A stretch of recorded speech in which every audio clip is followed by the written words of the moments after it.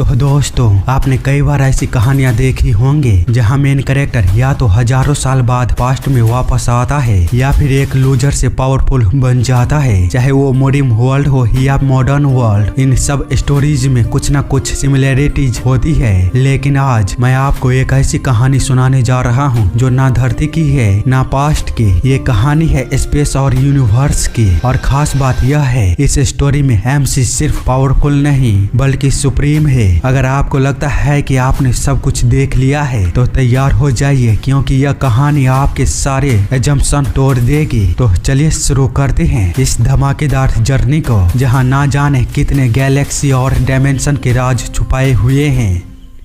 Space के अंदर कोई एक प्लैनेट को देखता हुआ बोल रहा होता है, क्या तुम्हें यकीन है कि हम लोग सही जगह पर आए हैं? तो उसका साथी बताता है, हाँ हम बिल्कुल सही जगह पर आए हैं, यही हमारा टारगेट है, अर्थ। तो उसका तीसरा साथी बोलता है, यह कितना अजीब है, मुझे नहीं लगता है कि हम लोग सही जगह पर आए हैं। जो सुनता हुआ वह लड़की बोलती है, यह पूरी जगह रेडिएशन से भरी हुई है, यहाँ पर ऑक्सीजन का नामो निशान भी नहीं है, फिर भी उन्हें लगता है कि हाई वैल्यू का क्रिमिनल यहाँ पर छुपा हुआ है, यह कितना अजीब है। जो सुनता हुआ उसका साथी कहता है, हाँ तुमने सही कहा, यह बहुत ही ज्यादा बेतुका है। जो सुनता हुआ वह लड़की अपने तीसरे मैकेनिक दोस्त से कहती है, सुंजा तुम क्या कर रही हो, तुम्हें क्या लगता है इसके बारे में? सुंजा बताता है, अगर सच में वो यहाँ पर है तो यह किसी आत्महत्या से कम नहीं होगा। यहाँ पर इतना ज्यादा रेडिएशन है कि मरने के लिए यह परफेक्ट जगह है। जिस पर कि वह लड़की बोलती है, क्या 1% चांस है यहाँ पर इंसानों के रहने की? तो सुंजा बताता है, अगर मैं सही से अनुमान लगाता हूँ तो यहाँ पर 6 घंटे से ज्यादा कोई भी जिंदा नहीं बच सकता। जिस चीज को सुनता हुआ सारे लोग खामोश हो जाते हैं। बाद में वह लड़की कहती है, ठीक है तो रोबोट, अगर हम वहाँ जाते हैं और कुछ भी नहीं मिलता है हमें, तो क्या तुम ऐसा करना चाहोगे, अपने जान को जोखिम में डाल के?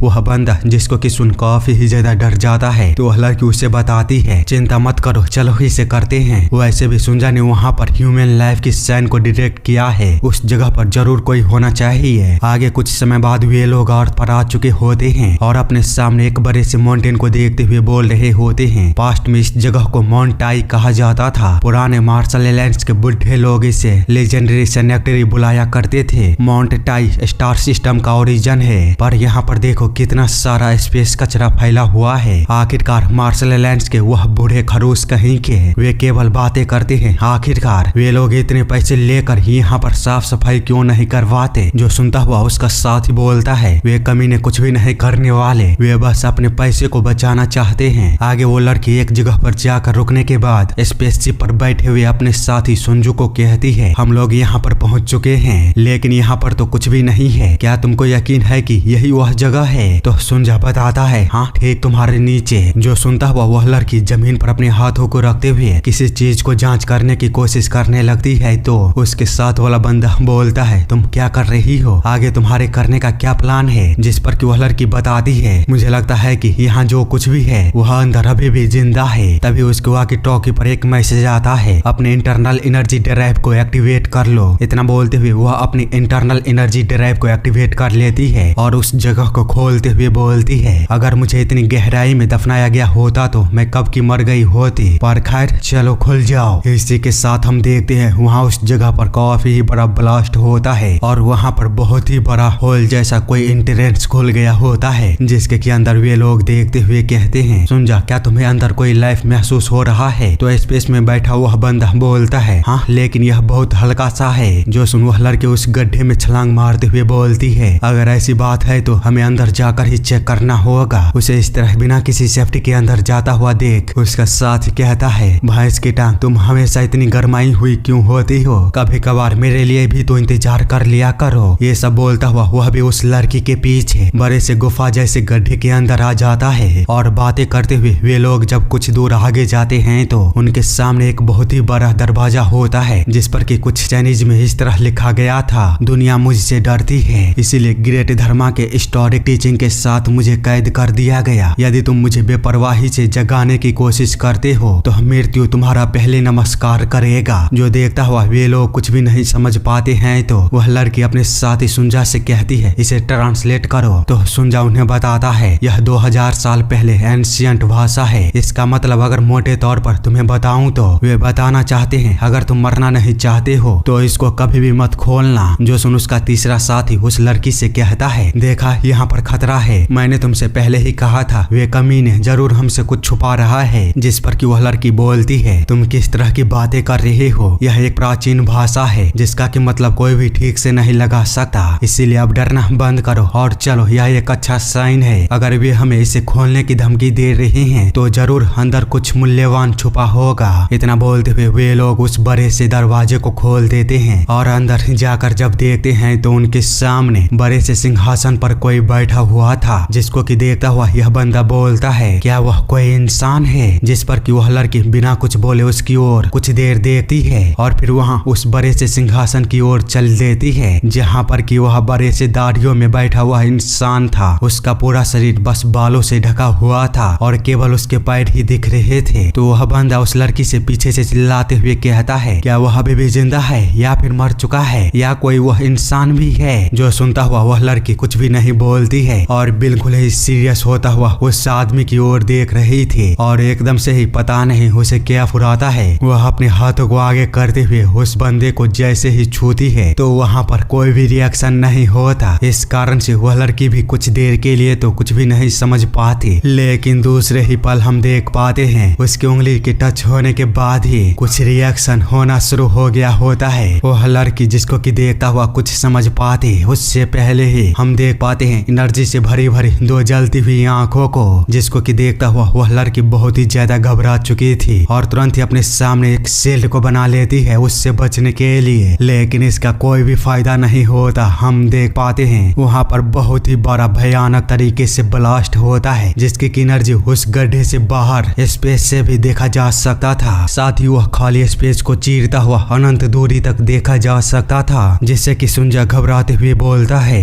वहां पर हो क्या रहा है, कैप्टन जवाब दीजिए वहां पर हो क्या रहा है, आखिर आप लोगों ने वहां पर क्या किया है। कैप्टन सर यंग रॉबर्ट जवाब दीजिए, आप लोग आंसर क्यों नहीं कर रहे हो। हम देखते हैं उन लोगों के जवाब ना देने के कारण उन लोगों की हालत बहुत खराब होती है। वे लोग बच तो गए थे लेकिन खून की उल्टियां कर रहे थे। इतने में ही कैप्टन के सामने वह बैठा हुआ इंसान आकर बोलता है तुम कौन हो और तुम्हारी हिम्मत कैसे हुई मुझे जगाने की, क्या मेरे लिए यह कोई चुनौती है। आखिरकार क्या मुझे चुनौती देने वाला मार्शल आर्टिस्ट पैदा हो गया, जल्दी मुझे जवाब दो। उसकी इस तरह की बातों को सुनता हुआ वह लड़की बोलती है तुम यह किस तरह की बकबक कर रहे हो, मुझे एक भी शब्द समझ में नहीं आ रही है। इतना बोलते हुए वह रियल टाइम ट्रांसलेशन मोड को एक्टिवेट करती है। वही वह बंदा जब अपने हाथों को उठाते हुए कहता है अगर तुम मुझे जवाब नहीं दोगे तो फिर मरने के लिए तैयार हो जाओ। जो सुनता हुआ वह कैप्टन काफी ज्यादा घबरा जाती है और तुरंत ही अपनी एनर्जी को अपेयर करते हुए कहती है भैंस की टांग, आखिरकार यह किस तरह का मॉन्स्टर है। इसी के साथ वह उस पर अपने अटैक को करते हुए कहती है अब तुम यहीं पर मरो। इसी के साथ वह उस पर कई सारे लगातार अटैक को करती है, जिससे कि वह पूरा ही कमरा पूरी तरह से आग से भर गया होता है। साथ ही उसकी इतनी ज्यादा पावर का यूज करने के कारण उसकी एनर्जी ड्राइव भी ओवरलोड हो चुका होता है, पर अभी भी उसके सामने खड़ा पर्सन का बाल भी बांका नहीं हुआ था। इस कारण से वह लड़की घबराते हुए कहती है प्लीज जल्दी से अपने इंटरनल एनर्जी को दोबारा रिचार्ज करो। इसके अलावा वह अपने मन में सोच रही होती है वह अभी भी ऐसे खड़ा कैसे रह सकता है। तभी उसके सामने खड़ा पर्सन कहता है यह क्वानम गोल्डन समिट डिवाइन आर्ट और रेड मिस्ट डिवाइन फॉर्म थे, जो कि एमआई सेक्ट की मार्शल आर्ट है, लेकिन ऐसा लगता है कि इसमें बहुत सारी अशुद्धियां हैं। शायद यह इसलिए क्योंकि यह चोरी करके सीखा गया है। तो क्या यही कारण है कि तुम लोग यहाँ पर भी इसी कारण से आए हो। इतना बोलते हुए वह बहुत ही ज्यादा गुस्सा हो गया होता है और दोबारा से अपनी एनर्जी को बाहर निकालते हुए कहता है तुम चोरों की हिम्मत कैसे हुई मेरी इंटरनल स्लीप को तोड़ने की, अब अपने मौत के लिए तैयार हो जाओ। उसकी इतनी भयानक और खतरनाक पावर को देखते हुए वह कैप्टन बहुत ही ज्यादा घबरा चुकी होती है और अपनी मौत को एक्सेप्ट करते हुए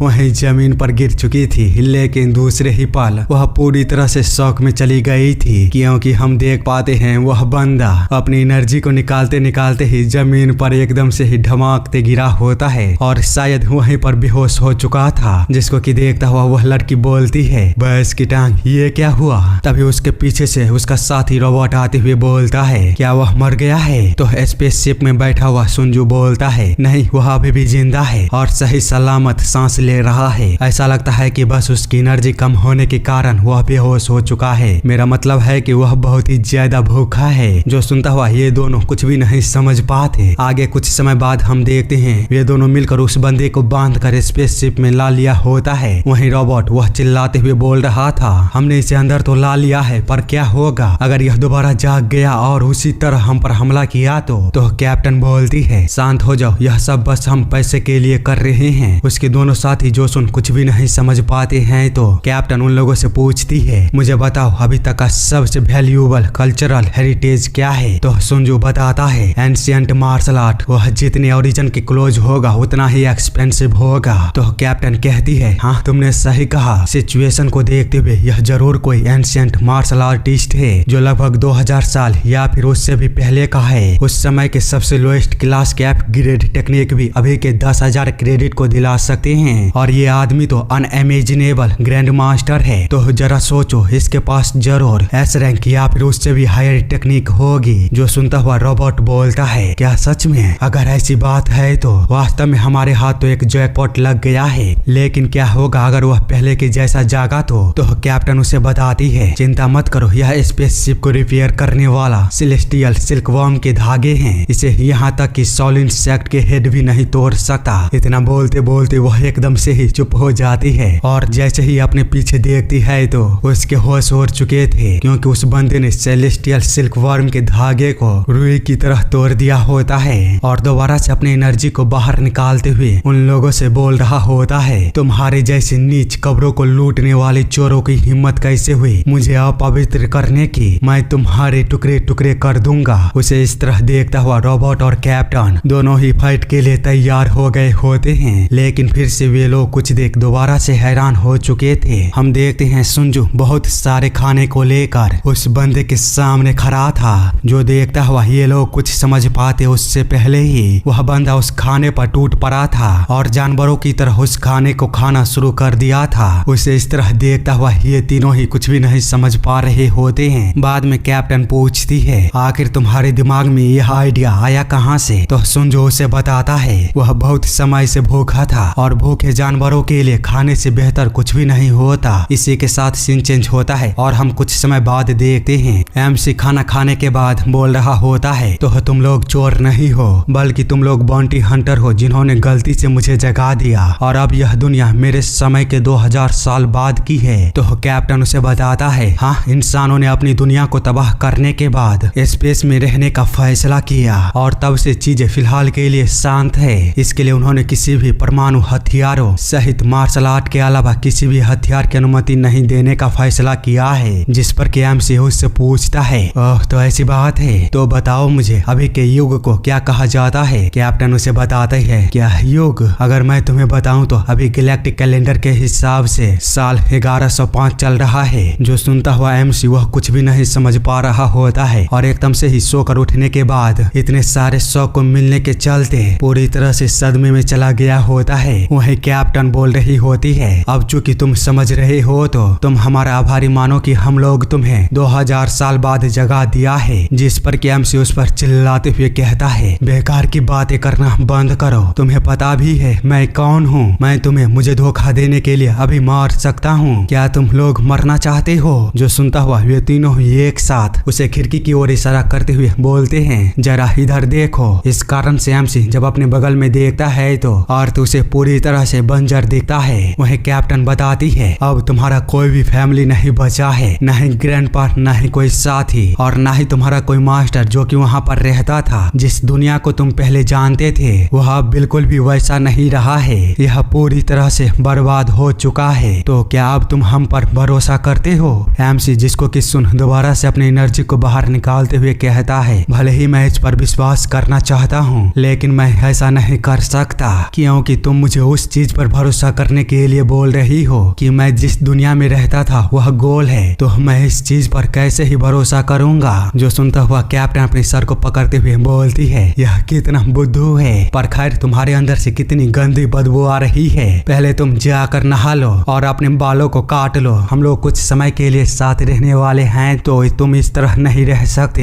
एमसी जिस पर कि बोलता है, नहाना सुना ये क्या होता है। तो कैप्टन उसे बताती है मेरा मतलब है कि जाकर स्नान कर लो। आगे कुछ समय बाद हम लोग देखते हैं कैप्टन और बाकी के दोनों बंदे बाथरूम के सामने खड़े होकर इंतजार करते हुए बात कर रहे होते हैं। कैप्टन तुमने उसके बालों को वैसा ही क्यों नहीं छोड़ दिया? मुझे लगता है कहीं उसके बालों के नीचे से कोई डरावनी सी जानवर बाहर ना निकल जाए। इतना बोलते हुए अचानक ही उनके होश उड़ जाते हैं क्योंकि हम देख पाते हैं एमसी जैसे ही अपने बालों को काट कर नहाने के बाद बाथरूम से बाहर आता है तो वह बहुत ही ज्यादा हैंडसम बॉय होता है और बाहर निकलते ही उन तीनों बंदों से कहता है तुम लोग यहाँ पर कर क्या रहे हो? वहीं कैप्टन तो इतने हैंडसम बॉय को देख पूरी तरह से सदमे में चली गई होती है और उससे कहती है तुम हो कौन? बाद में कैप्टन एमसी के स्किन को टच करते हुए पूछ रही होती है हाइबरनेशन के समय को छोड़ दे तो आखिरकार तुम कितने साल के हो? दूसरी तरफ रोबोट बोल रहा होता है सच में वह कोई नॉर्मल इंसान नहीं है। कुछ समय बाद हम उन लोगों को स्पेस में वर्ल्ड क्रेन इन के अंदर देखते हैं जहाँ पर के एमसी अभी भी बहुत सारे खाने को ठूस रहा होता है। वहीं ये दोनों उसे देखते हुए बोल रहा होता है क्या कोई इंसान इतना खा भी सकता है? तो सुंजू कहता है वह लगभग 2000 सालों से सो रहा था। जिस पर कि रोबोट बोलता है हाँ तो क्या इसका मतलब 2000 सालों का खाना एक ही बार में खा लेगा? सेम टाइम पर हम दूसरी तरफ वर्ल्ड क्रेन इन के कीपर वांग द एथ को देखते हैं जो कि बोल रहा होता है तो तुम एक ब्रोकर को ढूंढ रहे हो? कैप्टन बताती है हाँ बिल्कुल वह कोई अमीर और टफ होना चाहिए क्योंकि यह बेहद ही एक्सपेंसिव और वैल्यूएबल है। जो सुनता हुआ वांग बोलता है ओह अच्छा क्या तुम मुझे बता सकती हो कि वह कितना वैल्यूएबल है? तो कैप्टन उससे कहती है जितना तुम सोच सकते हो उससे भी कहीं अधिक। मुझे बताओ 2000 साल पहले की मार्शल आर्ट मैन्युस्क्रिप्ट वह कितना वैल्यूएबल हो सकता है? वो सभी ओरिजिनल और सभी एस रैंक के हैं। वांग जिसको कि सुन पूरी तरह से हैरान हो चुका होता है। आगे कुछ समय बाद हम देखते हैं कैप्टन वहां से चला गया था। वहीं वांग के पीछे खड़ा एक पर्सन बोल रहा होता है क्या सच में वह 2000 साल पुराना मैन्युस्क्रिप्ट हो सकता है? अगर हाँ तो वह सच में बहुत ही ज्यादा वैल्यूएबल है। जो सुनता हुआ वांग बोलता है 0 क्रेडिट। जिस पर कि वह बंदा कुछ भी नहीं समझ पाता है तो वांग उसे बताता है मैंने कहा 0 क्रेडिट। अगर ऐसी चीजें वास्तव में एग्जिस्ट करती है तो वह बस एक बुक से पूरे प्लानेट को खरीद सकती है। लेकिन उसने तो क्लेम किया है कि उसके पास पूरा एक गुच्छा है। क्या तुम्हें लगता है कि उसके जैसा एक बंटी हंटर के पास ऐसा कुछ हो भी सकता है? वह बिल्कुल ही बकवास कर रही है। जल्दी से उन्हें यहाँ से बाहर निकाल दो। वहीं इधर हम कैप्टन को देखते हैं जो कि रॉबर्ट के पास आकर पूछती है आखिर सुंजा कहाँ पर है? तो रॉबर्ट उसे बताता है वह सप्लाई को खरीदने के लिए गया है। आप बताओ कि बातचीत कैसी हुई? जिस पर कि कैप्टन उसे कुछ बताते तभी उसका ध्यान एमसी की ओर जाता है जिसको कि देखता हुआ वह बोलती है क्या ऐसा हो सकता है कि ये सभी उसने खाया हो? तो रॉबर्ट बताता है हम लकी थे कि वह वहीं पर रुक गया है। जो सुनता हुआ कैप्टन अपने सर को पकड़ लेती है और बोल ही रही होती है अगर यह पैसों के लिए नहीं होता तो उसी समय हुसैन का दरवाजा खुलता है और सभी लोगों का ध्यान उस ओर जाता है जहां हम देखते हैं कुछ लोग अंदर आते हैं जिसको कि देखता हुआ कैप्टन बहुत ही ज्यादा हैरान हो चुकी होती है और अपने मन में कहता है यह तो हेवनली डीमन सेक्ट है। वहीं हम इन लोगों के लीडर को देखते हैं जो कि अपने गैजेट से उस सीन के अंदर किसी को ढूंढना शुरू कर दिया होता है। जबकि उन लोगों को देखता हुआ रॉबर्ट और कैप्टन आपस में बात कर रहे होते हैं। हाँ वह वही है रेड वुल्फ स्क्वाड का लीडर सैनजैन हुए। तो रॉबर्ट बोलता है आखिर ये लोग यहाँ पर कर क्या रही हैं? कैप्टन बताती है वे लोग जरूर यहाँ पर किसी को ढूंढने के लिए आए हैं। उनके साथ अपनी आंखों को मत मिलाना। तभी उन दोनों की बातों को सुनता हुआ एमसी बोलता है क्या तुम लोग अभी अभी डीमन सेक्ट के बारे में बात कर रहे थे? अगर हाँ तो क्या तुम लोग मुझे और कुछ उसके बारे में बता सकते हो? जो सुनता हुआ कैप्टन उससे कहती है पहले तुम मुझे यह बताओ जब तुम 2000 सालों से सो रहे थे तो तुमको हेवनली डीमन सेक्ट के बारे में कैसे पता है? क्या हेवनली डीमन सेक्ट 2000 साल पहले भी एग्जिस्ट करता था? एमसी जो कि सुन बोलता है हाँ बिल्कुल वह पहले भी एग्जिस्ट करता था लेकिन मुझे समझ नहीं आ रहा है लोग यहाँ से भाग क्यों नहीं रहे हैं। अगर वास्तव में वे हेवनली डीमन सेक्ट के मेंबर हैं तब तो लोगों को दहशत में आ जाना चाहिए था। कैप्टन बताती है तुम यह किस तरह की बातें कर रहे हो? हेवनली डीमन सेक्ट की अपनी ही विचित्रताएं हैं। वे पूरे यूनिवर्स में सबसे बड़े ऑर्थोडॉक्स सेक्ट होने पर गर्व करते हैं। एमसी जिसको कि सुन पूरी तरह से सदमे में चला गया होता है और कहता है हेवनली डीमन सेक्ट वह ऑर्थोडॉक्स सेक्ट में बदल चुका है।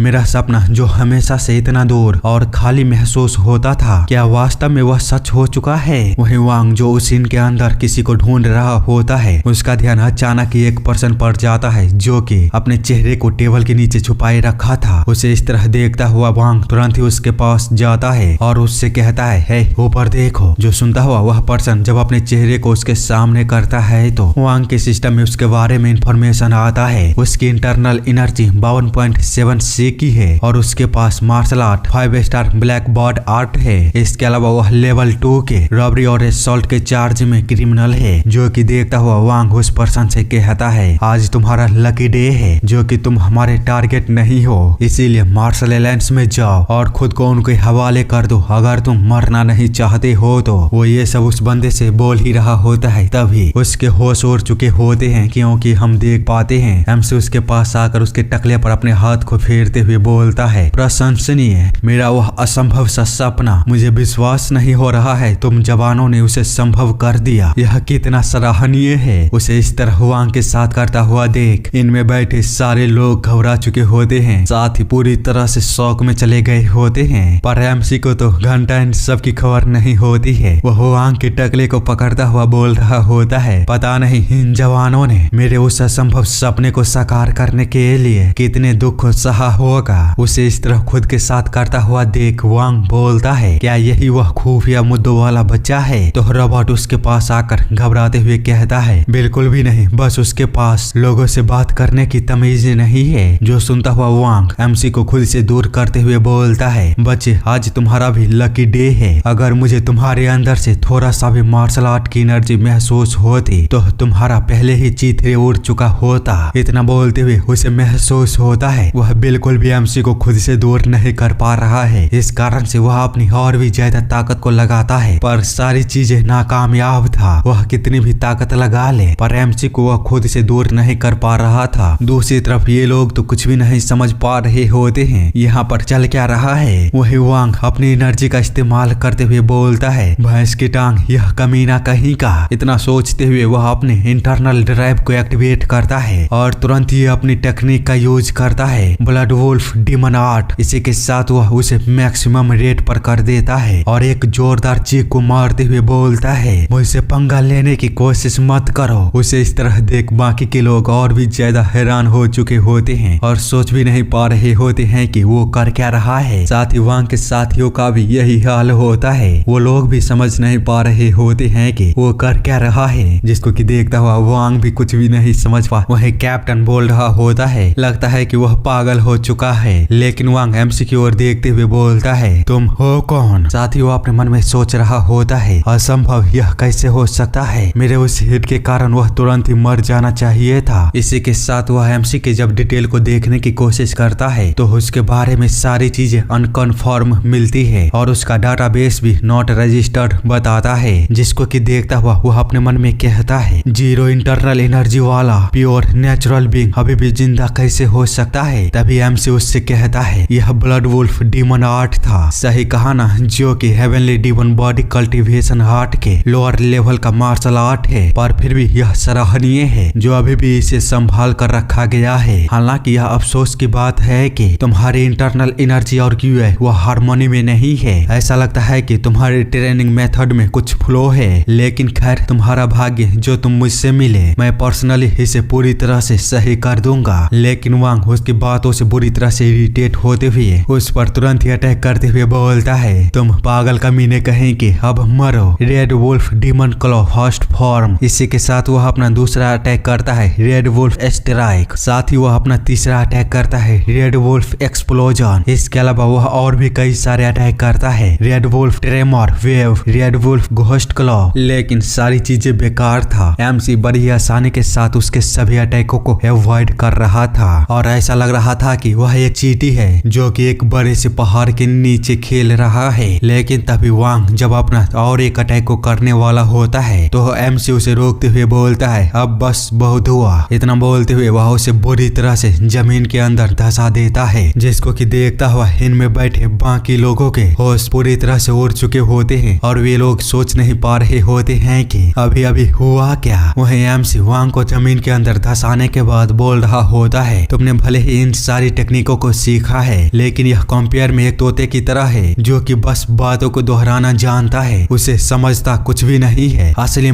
मार्शल आर्ट न केवल नकल करने के बारे में है बल्कि उन्हें अपनाने और उन्हें अपना बनाने के बारे में है। और अगर तुम्हें अब यह समझ में आ चुका है तो उठो और दोबारा से कोशिश करो। पर वांग की हालत एक ही हिट के साथ इतनी बुरी हो चुकी होती है कि वह दोबारा उठने की हालत में नहीं होता है। इसीलिए एमसी उससे कहता है, बेवकूफ, मैंने कहा उठो, जल्दी उठो। उसे इस तरह अपने लीडर पर चिल्लाता हुआ देख वांग के बाकी के साथ ही वे लोग कुछ भी नहीं समझ पा रहे होते हैं और तुरंत ही एमसी पर अटैक करते हुए बोलते हैं, हरामखोर कहीं के, हमारे लीडर के साथ तुम्हारी ऐसे करने की हिम्मत कैसे हुई? अब तुम्हें यहीं पर मरना होगा। इसी के साथ वे सारे लोग एक साथ एमसी पर अटैक करते हैं। लेकिन आगे सीन चेंज होता है और हम हेवनली डीमन सेक्ट के 32 डिस्ट्रिक्ट को देखते हैं, जहां स्क्रीन पर वांग और उसके साथियों की हालत को 32 डिस्ट्रिक्ट के कमांडर जोंग रिचुक देख रहा होता है। तभी उसे एक बंदा बोलता है, सौभाग्य से उन्हें केवल गंभीर चोटें लगी है, उनकी जान को कोई खतरा नहीं है। तो जोंग एमसी की पिक्चर को देखते हुए बोलता है, तुमने बताया था कि इस पर्सन का डाटाबेस में कोई भी रजिस्ट्रेशन नहीं है, क्या यह सही है? तो वह ब्रो जो कि 32 डिस्ट्रिक्ट के सीनियर एल्डर जो चुनरोक होता है वह बताता है, हाँ, लेकिन उसके साथियों का डाटाबेस में रजिस्ट्रेशन है। वे लोग फेमस बाउंटी हंटर हैं जो कि ऑर्थोडॉक्स और अनऑर्थोडॉक्स की दुनिया में बहुत ही ज्यादा फैले हुए हैं। उस घटना के बाद उन्होंने वर्ल्ड क्रेन इन को छोड़ दिया, लेकिन हम उन्हें ट्रैक कर सकते हैं। क्या हमें एक पीछा करने वाली टीम को उनके पीछे भेजना चाहिए? तो जोंग कहता है, नहीं, रहने दो, मैं इसे पर्सनली संभालूंगा। जिस पर कि सीनियर एल्डर वह कुछ भी नहीं बोल पाता है और जोंग को ग्रेट करके वहां से चला जाता है। बाद में जोंग किसी को कॉल लगाता है और हम देख पाते हैं स्क्रीन पर एक बंदा आता है जो कि जोंग से बोलता है, यह तो आप हैं डिस्ट्रिक्ट कमांडर जोंग रिचुक, क्या आपके पास हमारे लिए कोई रिक्वेस्ट है? जिस पर कि जोंग उसे कुछ बताता है, लेकिन हम समझ नहीं पाते हैं कि उसने क्या बोला, बस हम उसे घूरते हुए देखते हैं। बाद में वह मोटा इंसान कहता है, तो यह हमारे ग्रीनवुड ग्रुप के लिए है। आगे हम एमसी को देखते हैं जो अभी भी खाने के लिए तैयार बैठा था और अपने आगे गुस्से से घूर रहा होता है, जिसको कि कैप्टन और रॉबर्ट वो दोनों भी बुरी तरह से घूर रहे होते हैं। पर थोड़ी देर तक एक दूसरे को घूरने के बाद रॉबर्ट बोलता है, कैप्टन, अगर ईमानदारी से कहूँ तो आप भी उतने ही डरे हुए हो ना जितना कि मैं। जो सुनता हुआ कैप्टन बोलती है, तुम यह किस तरह की बकवास को कर रहे हो? तो रॉबर्ट बोलता है, क्या आपने देखा नहीं, उसने केवल अपने थप्पड़ों से उन्हें रैंक मार्शल आर्टिस्टों को किस तरह धूल चटा दिया था। जिसको कि कैप्टन याद करते हुए बोलती है, अगर मैं भी सीरियस होकर लड़ती तो उन लोगों को हरा सकती थी। वे भले ही ए रैंक के हो सकते हैं लेकिन सबसे लोएस्ट लेवल पर। तो रॉबर्ट बोलता है, ओह अच्छा, ऐसी बात है, लेकिन अगर मैं अपनी जान को दांव पर लगा भी देता तब भी उन लोगों को बस थोड़ा सा खरोच कर पाता, लेकिन इस आदमी ने तो उन्हें मक्खियों की तरह दूर कर दिया। उसकी इस तरह की बातों को सुनता हुआ कैप्टन एकदम से ही एमसी के पास जाती है और उससे कहती है, चलो बात करते हैं। जो सुनता हुआ एमसी पहले उसकी ओर थोड़ी देर देखता है, बाद में बोलता है, पहले खाना। तो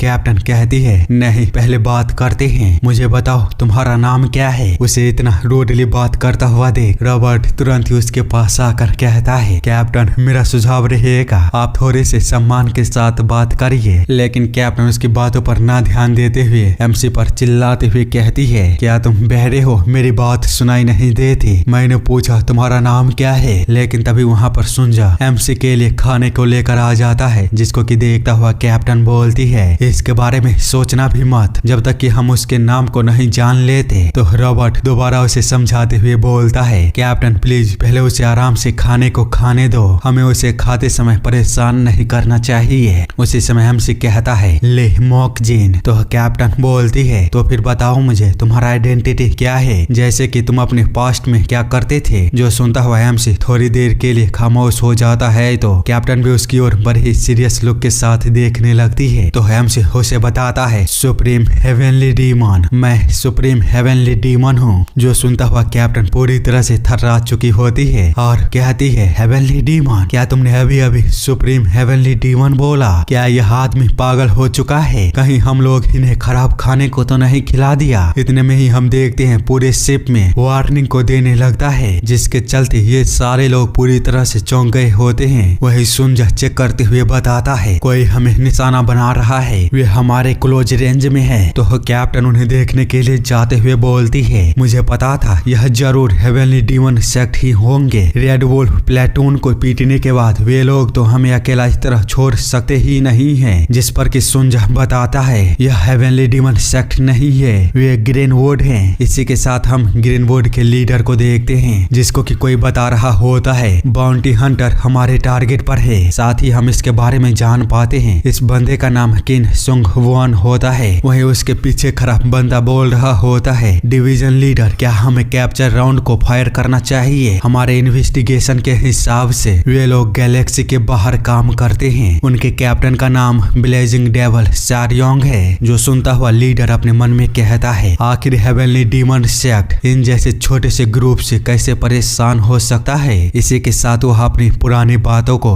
याद करने लगता है जो कि उसने हेवनली डीमन सेक्ट के बंदे के साथ किया था और उसकी बातों को सुनने के बाद उससे बोला था हम बाउंटी को एक्सेप्ट करते हैं, प्लीज अपनी कंडीशन को बताओ, हमें उन्हें अपने कब्जे में लेने के बाद उनके साथ क्या करना है। तो वह हेवनली सेक्ट का बंदा बोलता है उन्हें पकड़ने की कोई आवश्यकता नहीं है, बस उन्हें अस्तित्व से मिटा देना। जो सुनता हुआ यह मोटू बहुत ही ज्यादा हैरान होता है और कहता है क्या उन सभी को मार देना है। इसी के साथ वापस आते हैं प्रेजेंट में जहाँ पर कि यह लीडर बोल रहा होता है यह बहुत ही ज्यादा अजीब है, जरूर कुछ अंदर चल रहा है। वे लोग हमसे बहुत ही अधिक माहिर है लोगों की जान को लेने में, पर फिर भी उन्होंने अगर यह काम हमें दिया है तो जरूर इसका कोई ना कोई कारण होगा। वहीं दूसरी तरफ कैप्टन अपने सामने इतने सारे शिप को देखते हुए बोल रही होती है यह कितने सारे हैं, वे लोग डाकू हैं तो क्या हमें वे लूटने के लिए आए हैं? तो रॉबर्ट बताता है मुझे इस पर थोड़ा सा संदेह है, आखिर उन्हें हम जैसे गरीबों को लूटने से क्या ही मिलेगा। जो सुनता हुआ कैप्टन उससे कहती है मुझे तुम्हारी बातें समझ आ रही है लेकिन तुम्हारे बोलने के ये तरीके वह मुझे थोड़ा सा दुख पहुंचा रहा है। बाद में वह खुद को जोश में लाते हुए बोलती है पर ठीक है वैसे भी कोई फर्क नहीं पड़ता, ये ग्रीनवुड के बदमाश लुटेरे अगर वे हमारे रास्ते में आते हैं तो हम उन्हें हरा देंगे और उन्हें यहाँ से भागने के लिए मजबूर कर देंगे। जबकि एमसी तो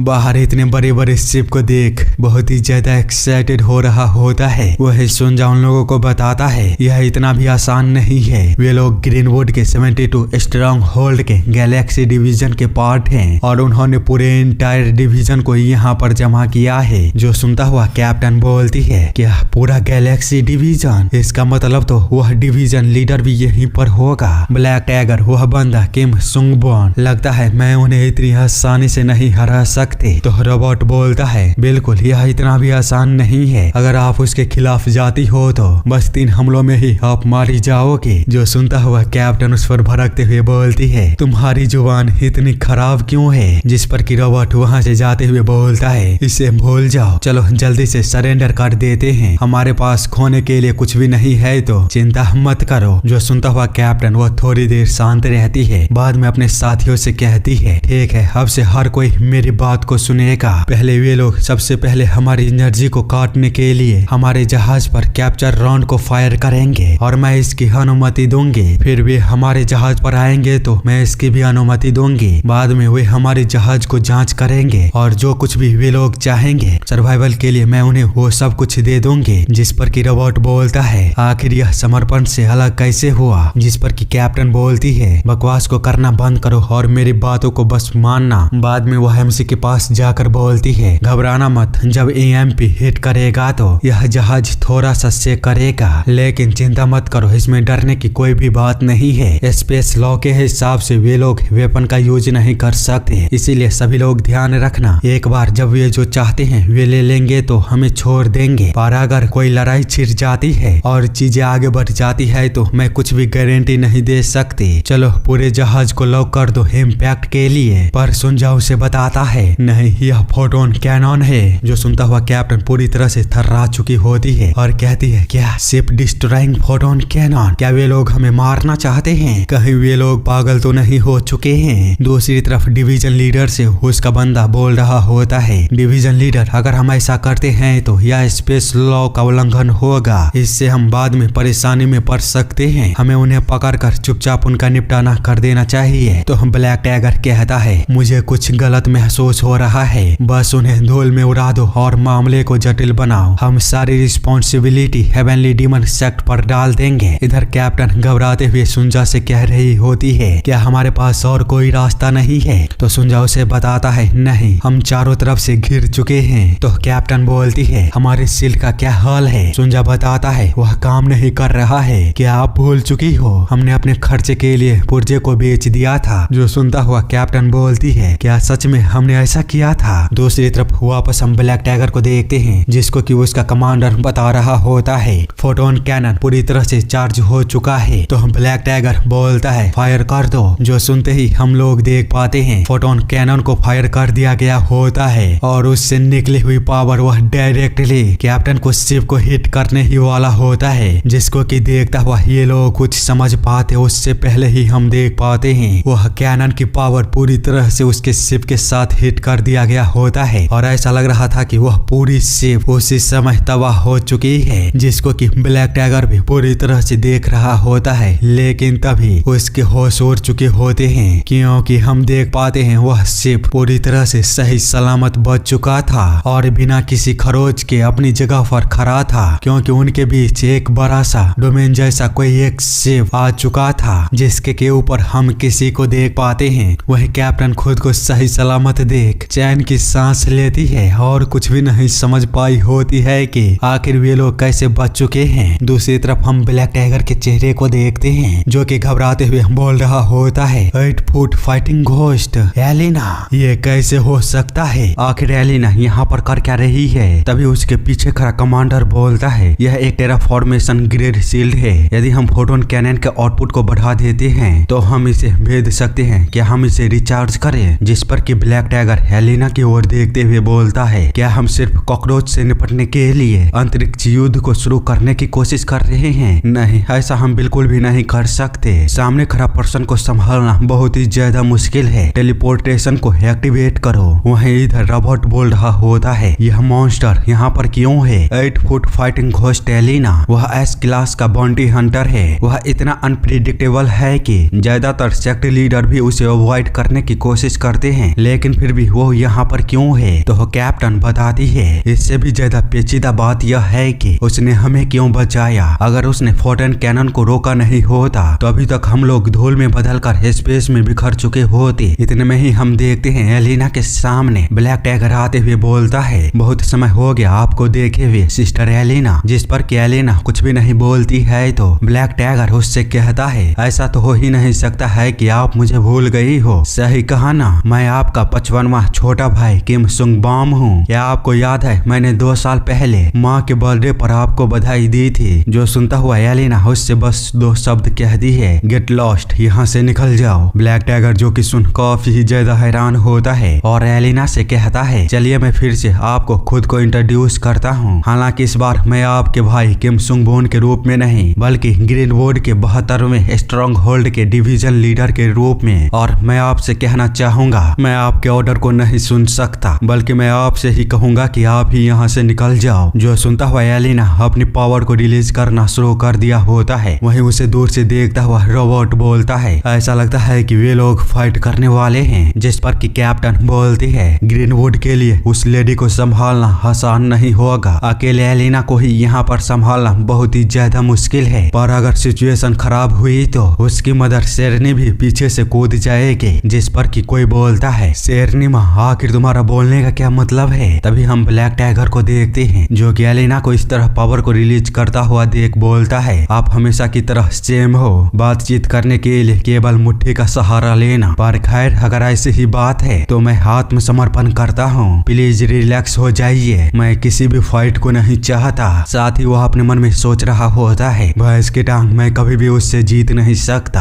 आगे वो एलिना से बोलता है चलिए इसे शांति से हल करते हैं, लेकिन मैं इसका कारण जानना चाहूंगा। अगर वे लोग आपका टारगेट है तब तो यह बहुत ही ज्यादा ओवरलैप हो जाएगा, क्योंकि वे लोग हमारा भी टारगेट हैं। जिस पर एलिना पीछे की ओर मुड़ते हुए दोबारा उससे 2 ही शब्द बोलती है निकल जाओ। जो सुनता हुआ ब्लैक टाइगर बोलता है जैसा कि उम्मीद थी, लेकिन क्यों आखिरकार वो ऐसी बेकार सी चीजों के लिए यहाँ पर क्यों आई है। जबकि इधर इन लोगों को देखते हैं जो कि अभी भी उन लोगों को बड़ी ही हैरानी के साथ देख रहे होते हैं। तभी एलिना उनसे कहती है या तो हमें वो सौंप दो या फिर सबके सब मर जाओ। जो सुनता हुआ कैप्टन बोलती है वो किस बारे में बात कर रही है। तो रोबोट बोलता है क्या ऐसा हो सकता है कि वो हमें लूटने की कोशिश कर रही हो, हमारे पास तो इतनी कीमती सामान भी नहीं है। क्या कैप्टन आपने किसी चीज को चुराया है, मुझे जल्दी से बताइए। चाहिए? अगर हाँ तो प्लीज उसे वो चीज वापस कर दीजिए, नहीं तो हम सब के सब मारे जाएंगे। जो सुनता हुआ कैप्टन बोलती है, अपनी बकवास को करना बंद करो। क्या ऐसा हो सकता है कि वो लेडी बाद में वो एमसी की ओर देखते हुए बोलती है, क्या ऐसा हो सकता है कि तुमने अपने पास्ट में उस लेडी को डेट किया हो और भागने से पहले एक बड़ा सा ब्रेकअप कर लिया हो? जिस पर एमसी उसे बताता है वह मेरे लिए यहाँ पर नहीं आई है। जो सुनता हुआ कैप्टन कुछ समझ पाते उससे पहले ही एमसी उसे बताता है वह शायद उस बच्ची की वजह से यहाँ पर आई है। हम देखते हैं उन लोगों के पीछे कोई भी नहीं होता, लेकिन एमसी के इशारे को देखता हुआ कैप्टन बोलती है, आखिर तुम किस बारे में बात कर रहे हो? तो एमसी उसे बताता है, बच्चे जल्दी से खुद को दिखाओ, तुम्हें डरने की कोई बात नहीं है। उसके इतना बोलते ही थोड़ी देर शांति के बाद हम देखते हैं वहाँ पर जो लड़की गायब होकर खड़ी थी वह वापस से उन लोगों को दिखना शुरू हो गई होती है और पूरी की पूरी एक लड़की उन लोगों के सामने होती है, जिसको कि देखता हुआ ये लोग बहुत ही ज्यादा हैरान होते हैं और कुछ भी नहीं समझ पाते हैं कि ये लड़की कब यहाँ पर आई थी। बाद में जब कैप्टन इसके बारे में एमसी से पूछता है तो एमसी उसे बताता है वो हमारे इनसे बाहर निकलने समय से ही हमारे पीछे पड़ी है। मैं उसकी उपस्थिति तभी से महसूस कर सकता था, पर चूंकि कोई भी सामने नहीं था इसीलिए मैंने इसे छोड़ दिया। उसकी खुद को छुपाने की टेक्निक सच में कमाल की है। जिस पर कि सुनजा उसे बताता है यह कोई छुपने की टेक्निक नहीं है, बल्कि उसने एक अंगूठी को पहन रखी है जो कि वास्तव में बहुत ही ज्यादा महंगी चीज है। तभी उस बच्चे के पास कैप्टन जाकर बोलती है, तुम इतनी महंगी चीज को पहनने वाली छोटी बच्ची, मुझे बताओ तुम कौन हो और तुम्हारा इंटेंशन क्या है और तुम हमारी शिप पर चोरी छुप के क्यों आई हो? तो वह लड़की बताती है, मैं यंग वारेन हूँ। जिस पर कि कैप्टन दोबारा उस पर चिल्लाते हुए बोलती है, तुम्हारे नाम को किसने पूछा है? मुझे बताओ क्या वे लोग तुम्हें टारगेट कर रहे हैं? जिसको कि वह लड़की देखते हुए बोलती है, माफ करना पर जब तक मैं जिंदा रहूंगी वे लोग रुकने वाले नहीं हैं। इतने में ही रोबोट चिल्लाते हुए बोलता है, क्या अभी तुमने अपना नाम वारेन बताया? उसे इस तरह देख कैप्टन बहुत ही ज्यादा हैरान होती है और उससे पूछती है, क्या तुम इसे जानते हो? तो रोबोट एक्साइटेड होते हुए बोलता है, मैं आखिरकार इसे कैसे नहीं जान सकता, वह प्रोनोसिएशन का सबसे बड़ा कलाकार है। जो सुनता हुआ कैप्टन और भी ज्यादा हैरान हो जाती है। वही रोबोट बता रहा होता है, क्या तुम लोग सच में उसे नहीं जानते? वह गैलेक्सी के टॉप आइडलों में से एक है। वह आइडल ग्रुप की मेन गायिका है जिसने कि वह फेमस सॉन्ग गाया था जिसे मैं हर बार बजाता हूँ और तुम लोग नाचते रहते हो। जरा तुम लोग ये देखो यह कितनी सुंदर है। जहाँ से मैं हूँ वह भी वहीं से है, माउंट हुआ से। इसी के साथ वह उसके बारे में काफी कुछ बताता है, जैसे कि उसकी कमर कितनी इंच की है, वह कितनी किलो की है, उसका ब्लड टाइप क्या है और वह किस कैट की तरह दिखती है। पर तभी उन लोगों को दोबारा वार्निंग आता है जो कि उन लोगों को बताता है, यह लास्ट वार्निंग है, तुम लोगों के पास बस 10 मिनट है उसे हैंड ओवर करने के लिए, नहीं तो तुम सब के सब मारे जाओगे। जो सुनता हुआ वे लोग थोड़ी देर के लिए तो शांत हो जाते हैं, पर तुरंत ही उस वार्निंग को इग्नोर करते हुए रोबोट बोलता है, मिस हॉरियन आखिर आपका हमारे शिप पर इस तरह आने का रीजन क्या है? जिस पर कि हॉरियन कुछ भी नहीं बोलती। तो कैप्टन उसकी ओर थोड़ी देर देखने के बाद उससे कहती है, चलो इससे कोई फर्क नहीं पड़ता, तुम यहाँ पर एक अनइनवाइटेड गेस्ट हो तो हम तुम्हारे लिए कुछ भी नहीं कर सकते, इसीलिए तुम्हें यहाँ से जाना होगा। इतना बोलकर वह वहाँ से दरवाजे को खोलने के लिए जाने लगती है तो रोबोट उसे रोकते हुए बोलता है, लेकिन कैप्टन। तो कैप्टन उससे कहती है, मैंने अपना डिसीजन ले लिया है, इस पर अब बहस करने का कोई भी फायदा नहीं है। इतना बोलकर वे लोग उस लड़की को बाहर निकाल देते हैं, जिसको कि देखता हुआ रोबोट बोलता है, कैप्टन मुझे नहीं लगता है कि यह सही रहेगा, वह प्रोनोसिएशन का सबसे मेन वोकलिस्ट है। जिस पर कि कैप्टन उसे बताती है, हम उसे प्रोटेक्ट नहीं कर सकते हैं, हम पहले से ही ग्रीनवुड के खिलाफ संघर्ष कर रहे हैं और alone 8 foot fighting demon Elina के बारे में तो छोड़ ही दो, हम लोग अपनी जान को भी अगर दांव पर लगा देते हैं तब भी हम उसकी किस्मत को नहीं बदल सकते, बल्कि हम सब के सब मारे जाएंगे इसके बदले। इतना बोलते हुए वह शिप के मेन गेट को खोलते हुए बोलती है, मुझे दुख है उसके लिए पर हम कुछ भी नहीं कर सकते। इसी के साथ हम देखते हैं दरवाजे के खोलने का वार्निंग आता है और वह छोटी बच्ची बस अब इंतजार ही कर रही होती है, लेकिन तभी हम देखते हैं उसके कंधे पर कोई आकर अपने हाथों को रखता है जो कि कोई और नहीं एमसी होता है। उसे इस तरह देख वह छोटी बच्ची भी कुछ भी नहीं समझ पाई होती है, लेकिन एमसी उससे कहता है, क्या मैंने तुमसे पहले नहीं कहा था, तुम्हें चिंता करने की कोई भी आवश्यकता नहीं है, मैं तुम्हारे साथ हूँ। उसकी इस तरह की बातों को सुन वह छोटी बच्ची और भी ज्यादा हैरान हो चुकी होती है। वही एमसी को बाहर इस तरह देख कैप्टन दरवाजे को खोलने वाले वाले सिग्नल को रोकते हुए बोलती है वह आखिरकार बाहर कैसे गया? पागल कमीना कहीं का, जल्दी दरवाजे को बंद करो। उसे इतना घबराया हुआ देख रॉबर्ट बोलता है कैप्टन प्लीज शांत हो जाइए और चलिए देखते हैं आखिरकार आगे क्या होता है। वह आदमी सच में बहुत ही ज्यादा स्ट्रांग है, शायद वह एलिना को भी हरा सकता हो। जिस पर कि कैप्टन उस पर भड़कते हुए बोलती है क्या तुम पागल हो चुके हो? वह जगह स्पेस है। सुनजा तुम क्या कर रहे हो? जल्दी से दरवाजे को बंद करो। पर सुनजा उसे बताता है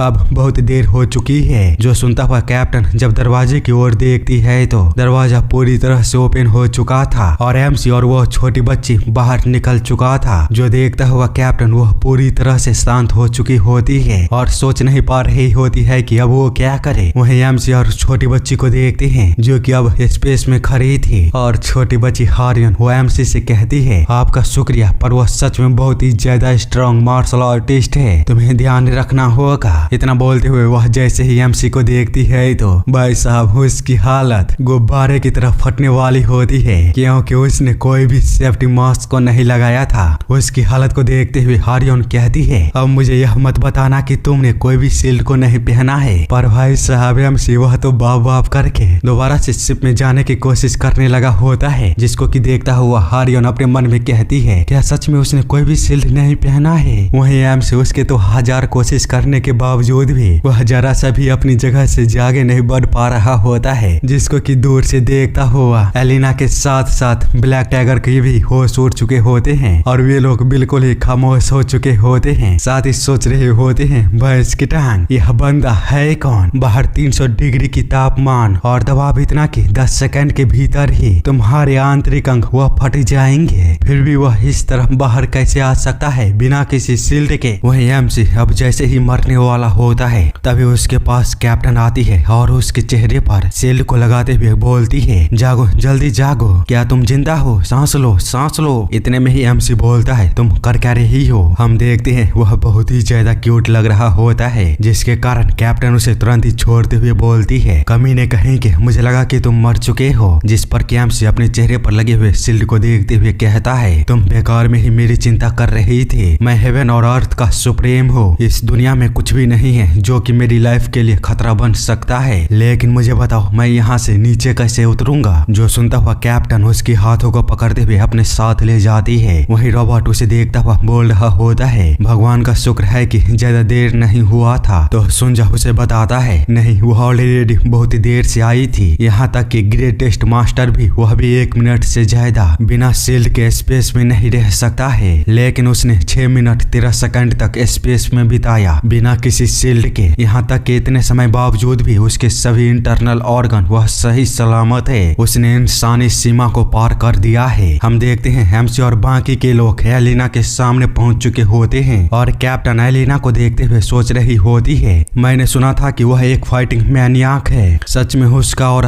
कोई मजाक नहीं है, खासकर जब ग्रीनवुड के किम सुंगबॉन भी यहीं पर है। आगे वह एमसी से कहती है कोई भी परेशानी को खड़ा मत करना, मैं इसे संभाल लूंगी तो हस्तक्षेप मत करना। बाद में वह एलिना से कहती है चलो यह देखकर अच्छा हुआ कि कुछ भी बुरा नहीं हुआ। आप सभी कैसे हैं? क्या आप लोगों की हेल्थ वह ठीक है? मैंने आप दोनों के बारे में बहुत कुछ सुना है, लेकिन आप लोगों से पर्सनली इस तरह मिलना सच में सम्मान की बात है। मेरा नाम सारयोंग है, ब्लेजिंग डेविल। पर उसकी बातों को सुनता हुआ वे लोग कुछ भी जवाब नहीं देते। वहीं हम हारियन को देखते हैं जो कि डरते हुए एमसी के हाथों को पकड़ लिया होता है, जिसको कि देखता हुआ एमसी उससे कहता है तुम्हें नर्वस होने की कोई जरूरत नहीं है, मैं यहाँ पर हूँ तो चिंता मत करो। जिस पर कि हारियन बताती है लेकिन वह वोमन कोई इंसान नहीं है, वह एक घोस्ट फाइटर है। यहाँ तक कि जब से वह छोटी थी तभी से अपने ओपोनेंट की तलाश में वो पूरी दुनिया घूम रही है, लेकिन ऐसा कोई भी नहीं हुआ जो उससे मिलने के बाद जिंदा बचा हो। इसके अलावा उसने एक ऐसी स्पेसशिप को बनाई है जो केवल ट्रैवल और दुश्मनों की तलाश में रहती है। हारियन की बातों को सुनता हुआ एमसी बोलता है कितना लाजवाब बच्ची है जिसने कि अपने दिल और आत्मा को पूरी तरह से मार्शल आर्ट के लिए समर्पित कर दिया है, यह तो वास्तव में एक दुर्लभ टैलेंट है। जिस पर कि हारियन बोलती है नहीं ऐसा बिल्कुल भी नहीं है। इधर हम कैप्टन को देखते हैं जो कि अभी भी अपनी अजीब सी हरकतों को करते हुए बोल रही होती है जो कुछ भी मामला है हम उसे सेंट्रल प्लेन के लोगों के रूप में शांति से क्यों नहीं सुलझाते हैं। आगे वो कुछ और बकबक को कर पाते, उसी समय एलिना उस पर अटैक करते हुए बोलती है मैं केवल अपने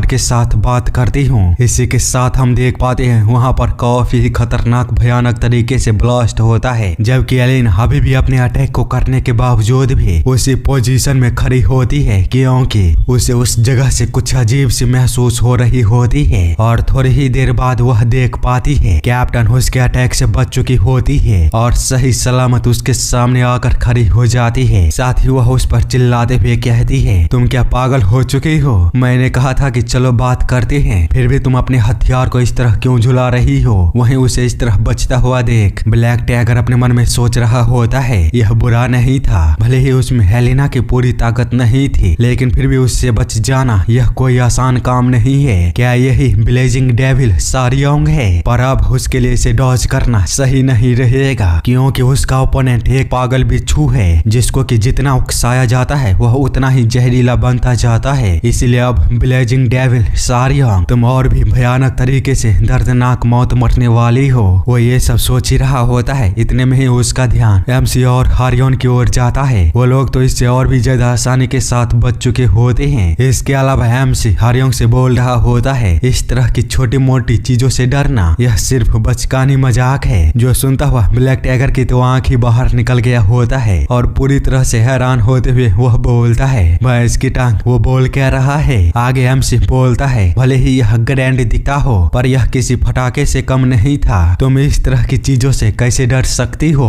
ब्लैक टाइगर उसकी बातों को सुनता हुआ सोचता है, वह निश्चित रूप से उस अटैक के सामने आया था, लेकिन फिर भी वह बिना किसी खरोच के बेदाग कैसे खड़ा है? जबकि एमसी उन लोगों पर बिना ध्यान दिए हारियोंग से बोल रहा होता है, अपने सांसों को कंट्रोल करो और डरना बंद करो। दूसरी तरफ एलिना अपने अटैक को इस तरह बेकार होता हुआ देख और भी अधिक अपनी पावर को रिलीज करने लगती है और पूरी तरह से सीरियस हो चुकी होती है, जिसको कि देखता हुआ एमसी बोलता है, ओए बच्ची। जो सुनता हुआ कैप्टन बोलती है, तुम ये क्या कर रही हो? मैंने तुम्हें क्या पहले नहीं बताया था इसमें शामिल नहीं होना है? लेकिन एमसी उसकी बातों पर ना ध्यान देते हुए एलिना से कहता है, मुझे बताओ तुम्हारा यहाँ पर क्या काम है? अगर तुम इस बच्ची के लिए आई हो तो पहले मुझसे बात करो। यह बच्ची मेरी सुरक्षा में है, इसलिए अगर तुम्हें इससे कोई भी काम है तो मेरे जरिए करो। वहीं उसे जब ब्लैक टाइगर अपने विंडो में चेक करता है तो एमसी को लेकर डाटा अनअवेलेबल बताता है। जो देखता हुआ ब्लैक टाइगर अपने मन में कहता है, कोई भी आइडेंटिफिकेशन नहीं और ना ही कोई इंटरनल एनर्जी ड्राइव इक्विपमेंट। क्या वह कोई बाहरी है? इधर एमसी उन लोगों को कुछ भी ना बोलता हुआ देख उनसे कहता है, अगर तुम लोगों के पास कोई काम नहीं है तो यहाँ से निकल जाओ। पर उसी समय हम देख पाते हैं वो आगे कुछ बोल पाता उससे पहले ही उस पर अटैक हो चुका होता है और पूरा स्पेस लाइट से भर चुका था। पर किसी को भी कुछ भी फर्क नहीं पड़ा होता है, वे लोग बस हैरान होते हैं, क्योंकि हम देख पाते हैं एलिना के स्पीयर को एमसी ने बस अपने नंगे हाथों से रोक दिया होता है बिना किसी मेहनत के, और उससे कहता है, क्या यही तुम्हारा काम है मुझसे लड़ना? एमसी को इतनी आसानी से एलिना के अटैक को रोकता हुआ देख ब्लैक टाइगर अपने मन में कहता है, फाइटिंग घोस्ट एलिना के स्ट्राइक को इतनी आसानी से रोक दिया। भैंस की टांग, ये बंदा है कौन? इधर एमसी बोल रहा होता है, रुको, क्या यह डांसिंग सेक्ट का रेडिएंट स्वॉर्ड टेक्निक है? तुम तो अपनी इंटरनल एनर्जी को बाहर निकालने के लिए सॉलिन का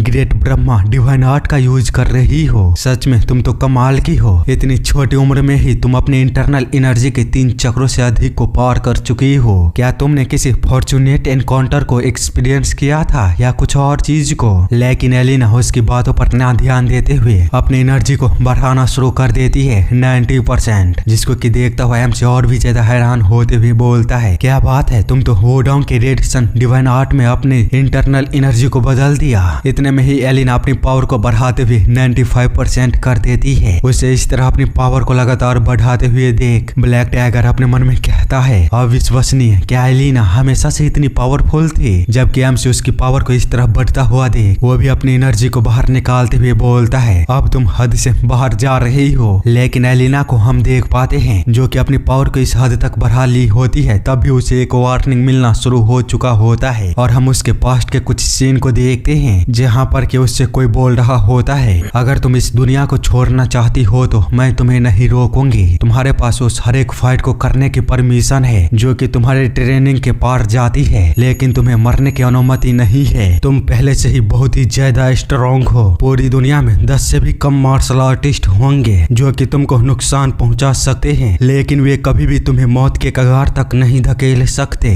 पर याद रखना, मैं तुम्हारी माँ हूँ, इसीलिए तुम्हारे लिए एक नियम है, अगर कभी भी यह अंगूठी बजे तो तुम वहाँ से तुरंत ही भाग जाना, चाहे फिर कुछ भी क्यों ना हो जाए, क्योंकि इसका मतलब होगा तुम्हारा ओपोनेंट वो तुम्हारी पहुंच से बाहर है। अगर तुमने इस चेतावनी को नजरअंदाज कर दिया तो तुम निश्चित रूप से मारी जाओगी। पर फिर भी अभी हम देख पाते हैं प्रेजेंट में एलिना की अंगूठी वार्निंग देने के बावजूद भी वह अपनी पावर को बढ़ाना कम नहीं करती है और एमसी को देखता हुआ पूरी तरह से सीरियस होती है। साथ ही वह कुछ पुरानी बातों को दोबारा याद करती है, जहाँ पर कि कोई बोल रहा होता है, तुम हेजिटेट क्यों कर रही हो, जल्दी यहाँ से भाग जाओ, तुम्हें अपनी जगह पता होनी चाहिए, तुमको क्या लगता है तुम क्या कर रही हो, जल्दी यहाँ से भागो और कहीं पर जाकर छुप जाओ। ग्रेट करो, ये तुम्हारे सिबलिंग हैं, भले ही उनके अलग अलग फादर हैं, लेकिन वे सभी मेरे ही गर्भ से पैदा हुए हैं और चूंकि तुम सब में मेरे खून हैं तो एक दूसरे के करीब रहो। इसके अलावा मैं भूल चुकी हूँ तुम्हारा नाम क्या है। ये सारी चीजों को याद करता हुआ एलिना अपनी पावर को 120% तक बढ़ा चुकी होती है, लेकिन फिर भी वह यहीं पर नहीं रोकते, वह अपनी पावर को और भी अधिक बढ़ाते हुए जा रही होती है। उसे इस तरह बेकाबू होता हुआ देख एमसी कहता है, क्या ही टैलेंट है, बस एक ट्रांसफॉर्मेशन के साथ ही ट्रांसेंडेंट अवेकनिंग, क्या इतने समय बाद अब इस तरह के मार्शल आर्ट भी है, लेकिन क्या यह थोड़ा सा ज्यादा नहीं हो गया। वहीं इधर एलिना उस पर अटैक कर दिया होता है, पर फिर भी एमसी को तो घंटा फर्क नहीं पड़ता, वह सभी अटैकों से बचता हुआ उसकी टेक्निकों को पहचानते हुए कहता है, यह तो इमाई सेक्ट का क्योटिक स्टॉर्म शॉर्ट टेक्निक है और यह टेक्निक कुनलन सेक्ट का सन और मून ट्विन व्हील्स है, जबकि ये सन पिरेसिंग स्पीयर टेक्निक और ये फॉलिंग सन ब्लेड टेक्निक डियान कैंग सेक्ट की है। वहीं ये डॉग बीटिंग स्टिक टेक्निक और ये ड्रंकिंग 8 इमोर्टल स्टेप बैगर सेक्ट की टेक्निक है। इसके अलावा ये टेक्निक 4000 रेड नीडल्स स्कॉटिक सेक्ट की है। हम देख पाते हैं एलिना के हर एक अटैक और टेक्निक के बाद उसकी पावर बढ़ते बढ़ते 170% तक बढ़ चुकी होती है, जिससे कि परेशान होता हुआ एमसी बोलता है, अब बस बहुत हो गया। इतना बोलते हुए वह बस अपने हाथों को घुमाता है और हम देख पाते हैं उसके इतने कम पावर के यूज करने मात्र से भी उस पूरी जगह पर एक भयानक ब्लास्ट हुआ होता है और उसके सामने पूरी जगह धुएं में घिर गई होती है। लेकिन तभी उसका ध्यान अपने ऊपर जाता है। वहीं दूसरे लोगों को भी देखते हैं जो कि अपने ऊपर देखता हुआ पूरी तरह से हैरान हो चुके होते हैं, क्योंकि हम देख पाते हैं एलिना वह अलग ही अवतार में आ चुकी होती है। उसके कई हाथ निकल चुके होते हैं और हर एक हाथों में कई सारे वेपन आ चुके होते हैं। साथ ही उसकी पावर अब 190% तक पहुंच चुकी होती है। इसी के साथ जब वह एमसी पर अटैक करती है तो हम देख पाते हैं ऐसा लग रहा था कि उसकी रफ्तार लाइट से भी ज्यादा स्पीड हो चुकी होती है, जिसको कि देखता हुआ एमसी कहता है, तुम्हारा टैलेंट सराहनीय है, लेकिन तुमने राइटियसनेस के लाइन को क्रॉस कर दिया है। तुम्हारी अवेकनिंग वंड और डिजायर को दर्शाती है, इसके लिए तुम खुद को ही कंज्यूम करता हुआ जा रही हो। अगर तुमने अभी अपने इनर डीमन को नहीं रोका तो मेरे पास तुम्हें मारने के अलावा और कोई भी रास्ता नहीं होगा, क्योंकि मैंने इस बच्ची को प्रोटेक्ट करने का वादा किया था। लेकिन इधर हम इन लोगों को देखते हैं जो कि एलिना के हॉट शॉट को देखता हुआ और भी ज्यादा हैरान हो चुके होते हैं, क्योंकि उसकी पावर बेहद ही कमाल की होती है और ताकत वह लाजवाब थी। पर फिर भी उसका दुर्भाग्य जो उसके सामने एमसी खड़ा था, वह तुरंत ही उसके काउंटर में अपने अटैक को करते हुए बोलता है, मैंने कहा रुक जाओ। उन दोनों की टकराव इतनी भयानक होती है कि अपने सामने कोई भी कुछ भी नहीं देख पाया होता है। पूरी जगह लाइट से भर चुका था। साथ ही हम देख पाते हैं एलिना का वह वॉरशिप उसके कई हजार टुकड़े हो चुके होते हैं और एक ब्लास्ट के साथ पूरी स्पेस में उसके टुकड़े बिखर चुके होते हैं। वहीं दूर से बस ऐसा लग रहा था कि कहीं पर कोई तारा फटा हो। इतने कमाल के पावर को देखता हुआ ब्लैक टाइगर के कमांडर की तो फैंटी गीली हो चुकी होती है, पर तभी उसे अपने पीछे कुछ महसूस होता है, जिसके चलते जब वो अपने पीछे देखता है तो वहाँ पर ब्लैक टाइगर ट्रांसपोर्ट हुआ था, पर उसकी हालत अधमरी हो चुकी होती है, जिसको कि देखता हुआ वह कमांडर घबराते हुए कहता है, लॉर्ड क्या आप ठीक हो? तो ब्लैक टाइगर बताता है, मैं अभी तक मरा नहीं हूँ, मेरा सौभाग्य था जो मैं 0.1 सेकंड से पहले ही टेलीपोर्ट कर गया, नहीं तो मैं अभी टुकड़ों में बट गया होता। यह पावर सच में हेवन तक को हिलाने की शक्ति रखती है। दूसरी तरफ हम स्पेसशिप के टुकड़े पर कैप्टन को देखते हैं जो कि एमसी पर चिल्लाते हुए बोल रही होती है, तुम क्या पागल हो चुके हो? हम लोग ऑलमोस्ट मर ही चुके थे, आखिर कौन ही होगा जो समुद्र के बीच अपने जहाज में आग लगा देगा? कम से कम उसे इतना तो पता होना चाहिए, जिस जगह पर वो खड़ा है वह उसकी मौत तक को डिसाइड कर सकता है। तुम्हें थोड़ा सा तो सब्र रखना चाहिए था। जो सुनता हुआ एमसी उससे कहता है, सब्र कोई विकल्प नहीं था।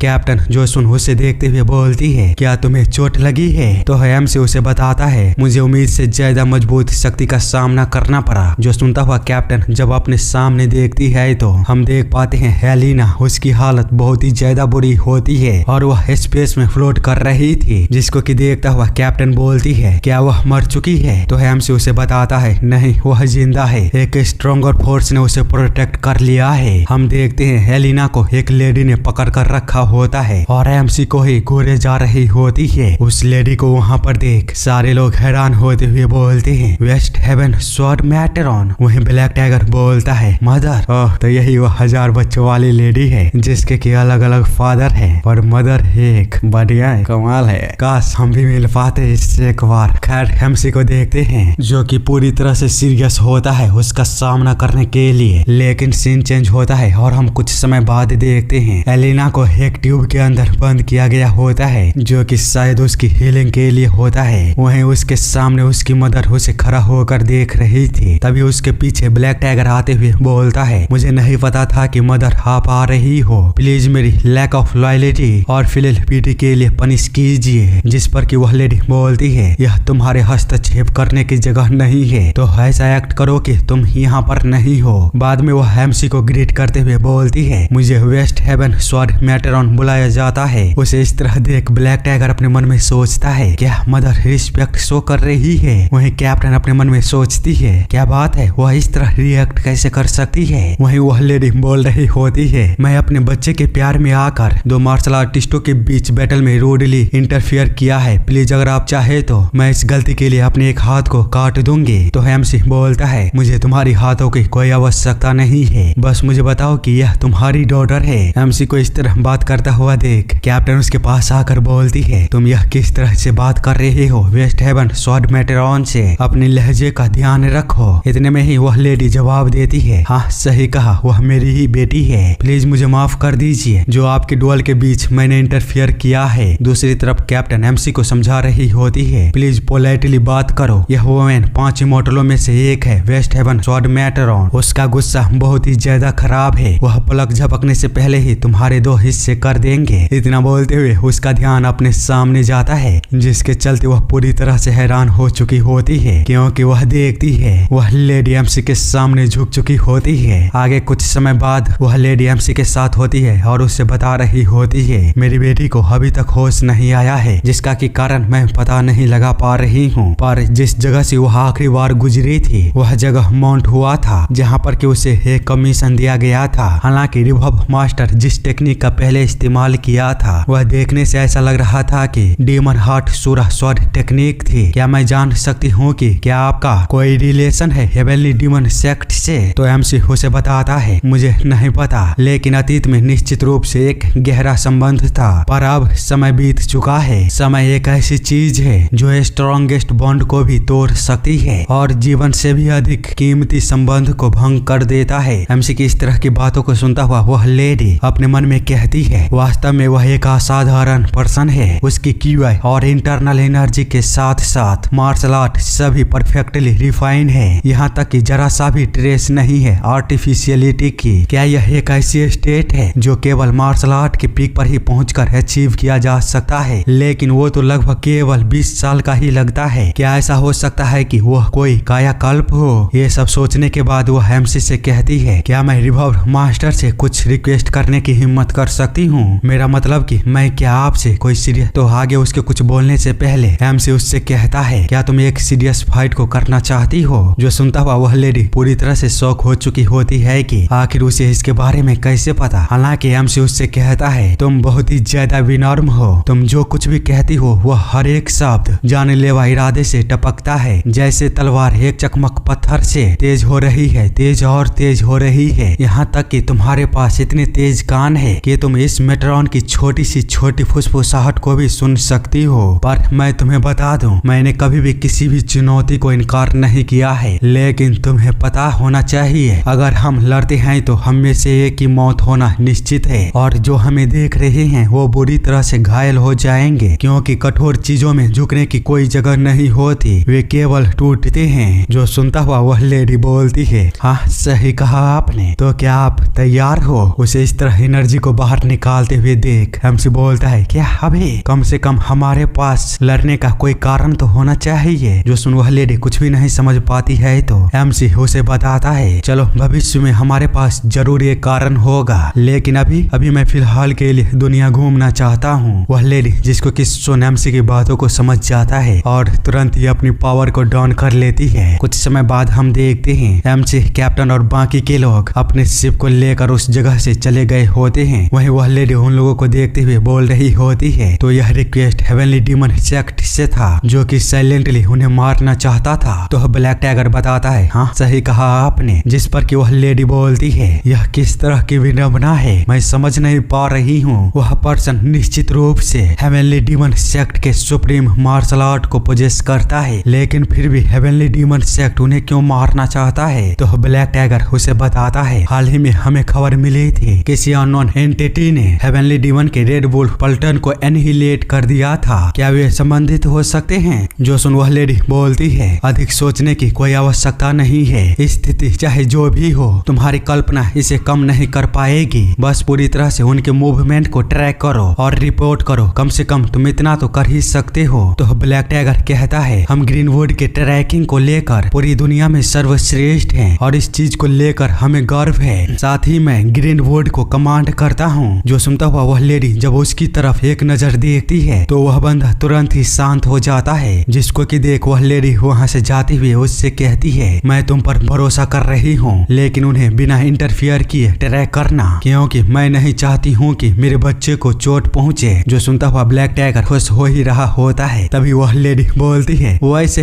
तुम्हारा नाम क्या है? भाई ये लेडी है क्या यार, आखिर इतने बच्चे कौन पैदा करता है अलग अलग मर्दों के साथ जिसका कि नाम भी पता ना हो? भले ही तुम हजारों साल तक जिंदा रहो तब भी कम से कम तुम्हें अपने बच्चे के नाम तो याद ही होंगे। सच में यह लेडी कमाल नहीं लाजवाब है, जो कि खुद के साथ साथ पूरी दुनिया को खुश रखती है। मौका मिला तो जरूर हम इनसे मिलना चाहेंगे। भैंस की टांग, खैर ज्यादा बात हम इस पर नहीं करते, वैसे लेडी है तो खूबसूरत। अरे चलो आगे देखते हैं। उस जगह से निकलने के बाद कैप्टन एमसी से बोल रही होती है, मैंने तुमसे बोली थी इस मामले में हस्तक्षेप ना करने के लिए, लेकिन फिर भी तुमने इसमें इंटरफियर क्यों किया? पहले ग्रीनवुड, फिर 8 फुट फाइटिंग घोस्ट एलिना, बाद में वेस्ट हेवन स्वॉर्ड मैटरॉन। क्या तुम दुनिया को पलटना चाहते हो? इसी तरह वह एमसी पर बहुत ही ज्यादा भड़कती है। कुछ देर बाद हारियन बोल रही होती है, मुझे इसके लिए दुख है, पर मैं सच में ऐसा नहीं जानती थी कि ये सारी चीजें इस तरह बदल जाएगी। जब मैं अपने टूर को खत्म करने के बाद अपने घर माउंट हुआर्ड लौटी तो वहाँ पर सारी चीजें बदल चुकी थी। भले ही ये सारे लोग सेम थे, लेकिन हर कोई मुझे मारने की कोशिश कर रहा था, तो इसीलिए मैं वहाँ से भाग गई और यहाँ पर आ गई। जो सुन कैप्टन बोलती है, तुम जो बोल रही हो मुझे इसके बारे में जरा सा भी जानकारी नहीं है। सुनजा, क्या तुम इसकी बातों को समझ पा रही हो? तो सुनजा कहता है, मैं भी इसे समझने की कोशिश कर रहा हूँ। वहीं हारियन जब अपनी सारी बातों को उन्हें लोगों को बता देती है तो रॉबर्ट उसके सामने अपने हाथों को पटकते हुए बोलता है, रुको, अभी अभी तुमने क्या बोला था? माउंट हुआ, वह तो मेरा भी घर है, आखिर वहाँ पर क्या हुआ है? मुझे जल्दी बताओ वहाँ पर क्या हुआ है? उसके इतने जोरदार हाथों को मारने के कारण एमसी के खाए हुए छोटे छोटे खाने के टुकड़े वह उड़ता हुआ हारियन के गले में जाकर फंस जाता है, जिसके चलते वह तुरंत ही चौंक करना शुरू कर दिया होता है। उसे इस तरह देखता हुआ सुनजा बोलता है, इंसान सच में असामान्य होते हैं। आगे हम स्वॉर्ड मैट्रॉन और घोस्ट एलिना को देखते हैं, जो कि अब होश में आ चुकी होती है। वहीं उसकी मदर उसे बिल्कुल ही सीरियस होकर देख रही थी। बाद में थोड़ी देर देखने के बाद वह उससे पूछती है, बताओ माउंट हुआ पर क्या हुआ था? जो सुनता हुआ एलिना पता नहीं उसे क्या बताती है, हमें पता नहीं चलता क्योंकि सीन चेंज होता है और हम वापस वाइल्ड क्रेन इन को देखते हैं, जहाँ पर कि पहले वाला वही मोटा इंसान एलिना और एमसी की फाइट को अपने स्क्रीन पर देख रहा होता है, जहाँ पर कि उसके सामने कैप्टन भी बैठी हुई थी। पर वह बंदा अपने मन में सोच रहा होता है, क्या उसने पहले जो बात की थी 2000 साल पहले के मैन्यूस्क्रिप्ट के बारे में, वह तो बिल्कुल ही सच है और यह हमारे लिए किसी सौभाग्य से कम नहीं है। उसके इतना बोलते ही चैप्टर यहीं पर खत्म होता है। अगला एपिसोड आप लोगों के डिमांड पर ही आएगा, क्योंकि मैं कंफर्म नहीं हूँ कि यह सीरीज आप लोगों को पसंद आ रही है या फिर नहीं, लेकिन अगर आप लोग 500 कमेंट के टारगेट को पूरा कर देते हो तो मैं इसके एपिसोड को नेक्स्ट डे जरूर ला दूंगा। इससे फर्क नहीं पड़ता है कि टारगेट 500 का सारे लोग मिलकर पूरा करते हैं या फिर एक पर्सन ही पूरा करता है। बस 500 कमेंट का टारगेट आप लोग पूरा कर दो, अगले दिन सेम टाइम पर इसके अगले एपिसोड आ जाएगा। बाकी तब तक के लिए स्क्रीन पर आ रहे वीडियो को आप लोग चेक कर सकते हो। बड़े ही कमाल की स्टोरी है, आप लोग बोर नहीं होंगे, मजा जरूर आप लोग को आएगा। प्लीज एक बार चेक करो।